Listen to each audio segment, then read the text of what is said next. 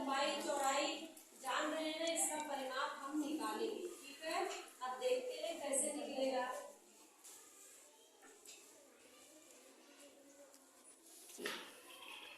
भाग का परिमाप बराबर क्या है, यहाँ पर 2 हो गया। अब भाग की लंबाई देखेंगे कितनी है, 85 है, और चौड़ाई कितनी है, 56 मीटर। हम इसको कर देंगे 1। ठीक, अब इधर आते हैं। सबसे पहले 85 और 56 को हम ऐड कर लेंगे, जोड़ लेंगे। 141। बढ़िया, कितना आ गया, 141। इसको ऐसे ही उतार लेंगे 2 गुणे और इसको यहाँ पर कर देंगे 141। फिर इसको क्लोज कर देंगे और इसके बाद फिर आते हैं 201 से 141। बहुत बढ़िया, बहुत जल्दी जवाब दे रहे हो। कितना आ गया, 282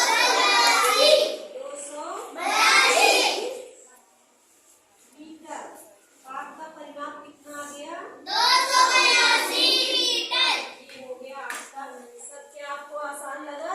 यस मैम। आसान लगा? Yes ma'am. समझ में आया? Yes ma'am. तो इस तरह का सवाल अभी आपको हम दे रहे हैं, आपको आकर के यहाँ पर लगाना है। ठीक,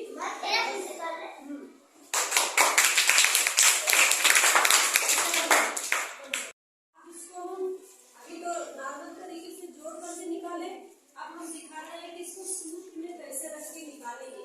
अभी हमने आपको बताया कि क्या होता है, आयत का सूत्र क्या होगा, उसका फार्मूला क्या होगा, 2 गुणे लंबाई प्लस चौड़ाई, 2 मल्टीप्लाई। और उसके बाद जो है यहाँ हम इसको निकालते हैं। मान लो ये 2 सेंटीमीटर 4 सेंटीमीटर का एक खेत है। ठीक है, इसकी लंबाई जो है वो 4 सेंटीमीटर है और चौड़ाई 2 सेंटीमीटर है। अब इसको हम निकालेंगे सूत्र में रख के। तो इसका परिमाप निकालने के लिए क्या करेंगे, सबसे पहले हम लिखते हैं परिमाप बराबर। अब सूत्र क्या था, यही 2 गुणे लंबाई प्लस चौड़ाई। आप लोग बोलेंगे, बोलते रहेंगे। ठीक है, इसका यही सूत्र है। अब हम देख रहे हैं इसकी लंबाई कितनी आ रही है, 2। लंबाई कितनी आ रही है, 2। ये लंबाई है कि चौड़ाई है, चौड़ाई है। तो हम यहाँ पे लंबाई की जगह लिखेंगे, पहले 2 करेंगे गुणे और 4 प्लस कितना है ये 2, इसको बंद कर देंगे। अब हम क्या करेंगे, बाद में इसको जोड़ लेंगे। 4 2 6, कितना हो गया, 4 2 6 हो गया। यहाँ पर लिखेंगे 2 गुणे 6। अब बराबर कितना आ गया, 12। कितना आ गया, 12 सेंटीमीटर। अब ये बताओ, जो घर आया था जोड़ने पे उतना ही आया कि उससे ज्यादा आया?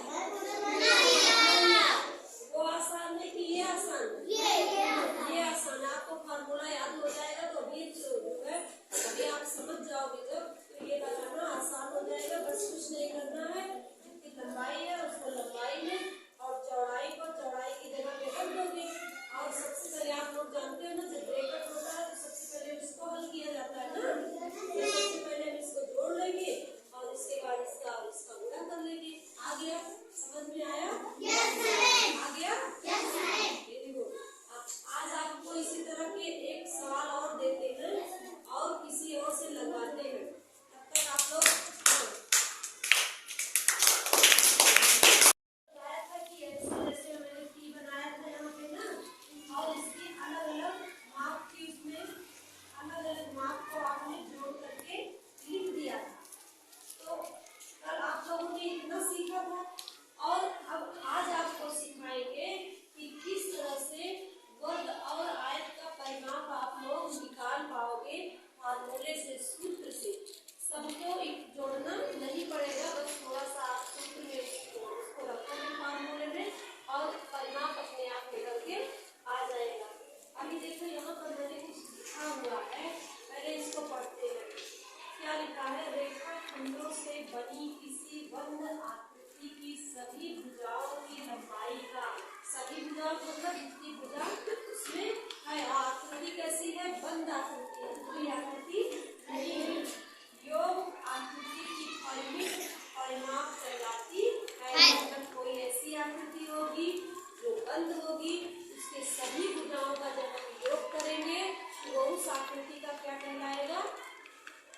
क्या कहलाएगा? परिमाप। अब हम परिमाप का थोड़ा सा सूत्र देख लेते हैं। फॉर्मूला इसका क्या है? जब हम आप देखते हैं आयत हमारा क्या है? ये आयत में क्या होता है? आयत में क्या होता है बताओ? आमने सामने की भुजा बराबर हो और एक कोण 90 अंश पर हो। तो ये हो जाता है आयत। और वर्ग में क्या होता है? वर्ग की चारों भुजाओं का योग। वर्ग की चारों भुजाएं बराबर रहती हैं, समान रहती हैं, इनमें कोई अंतर नहीं रहता। ठीक, तो अब इसका सूत्र क्या है? आयत का परिमाप निकालने के लिए क्या करेंगे? 2 और मल्टीप्लाई करेंगे, उसके बाद लंबाई प्लस चौड़ाई। ठीक है, तो जितना इधर लंबा है, जितना चौड़ा इधर है उतना ही चौड़ा इधर है, और जितना इधर है उतना ही चौड़ा उसके सामने, उतना ही लंबा है ना। तो मतलब क्या होगा? आमने सामने बराबर रहेगा और इसका जो बनेगा वो 90 अंश का, यहाँ 90 अंश का, यहाँ 90 अंश का और यहाँ 90 अंश का, मतलब चारों तरफ 90 अंश का कोण बनेगा। तो अब इसको हम सूत्र लिख करके लगाते हैं।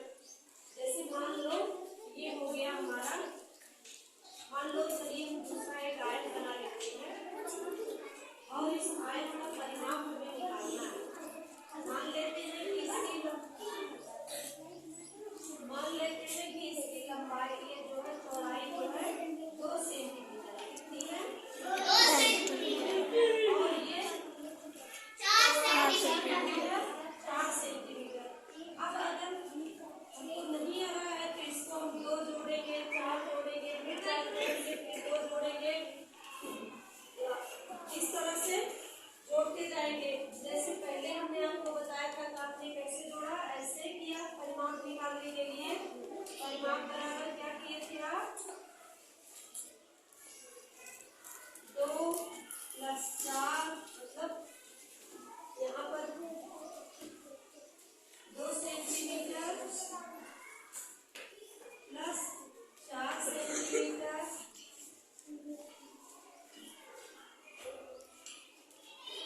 प्लस 2 सेंटीमीटर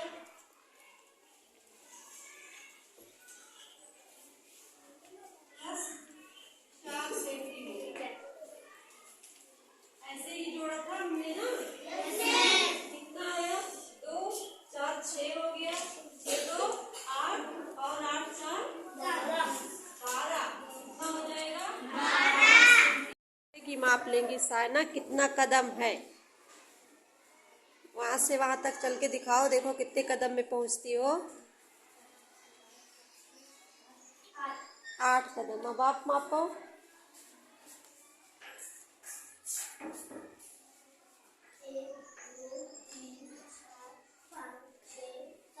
7 में ही पहुंच गई। अब हम दिखाते हैं,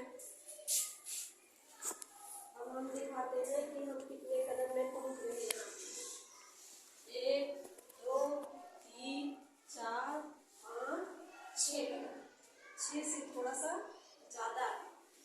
तो आप लोगों ने ये देखा कि कदम जो हमारे होते हैं वो बड़े छोटे से अंतर आता है, एक निश्चित माप नहीं रहती। किसी का 6 कदम आया और किसी का 7 कदम आया और किसी का 8 कदम आया। तो इस तरह से क्या हम इस तरह से किसी चीज की माप ले सकते हैं?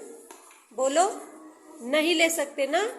वो सबके जब अलग अलग लोग चलेंगे, अलग अलग कदम की अलग अलग माप आएगी, तो सही माप नहीं आ सकती। इसीलिए किसी भी चीज को मापने के लिए एक एग्जैक्ट पैरामीटर बनाया गया है, एक जो है पैमाना बनाया गया है। उस पैमाने से ही हम लोग किसी चीज की माप निकालते हैं।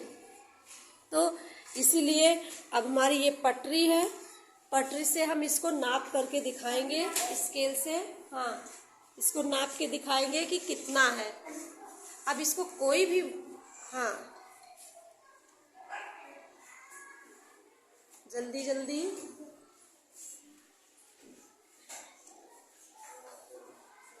लिखेंगे।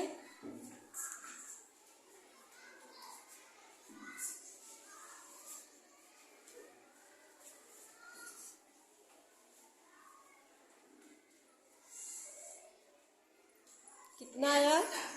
कितना आया? नहीं है 10 पर 2 दिखा दो करके बेटा। या और इधर कितना आया? जल्दी जल्दी बेटा।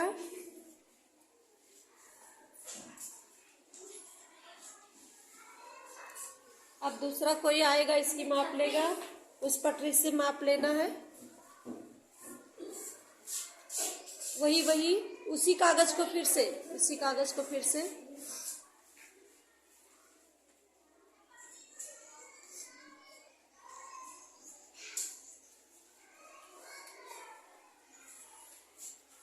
अब लिख दो जो आ रहा हो जल्दी से।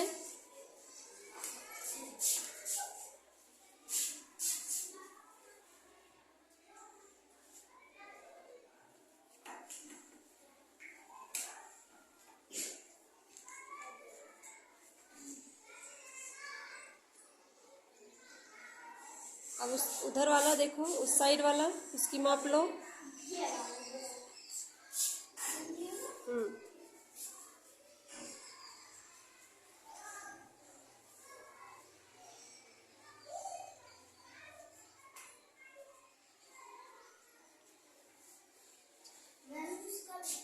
उतना ही आ रहा है, मतलब उसका 20 आ रहा है। तो इस तरह से हम लोगों को क्या मिला कि किसी हम एग्जैक्ट पैमाने से जब कोई चीज़ नापते हैं, उसकी माप लेते हैं, तो हमें वही का वही आता है, चाहे जितनी बार उसको मापा जाए, है कि नहीं। और जब हम कोई अमानक पैरामीटर यूज करते हैं, अमानक इकाई यूज करते हैं, तो क्या होता है, वो हमेशा बदलता रहता है। इसीलिए किसी चीज़ की माप करने के लिए हमेशा हम अच्छी मानक इकाई का प्रयोग करते हैं।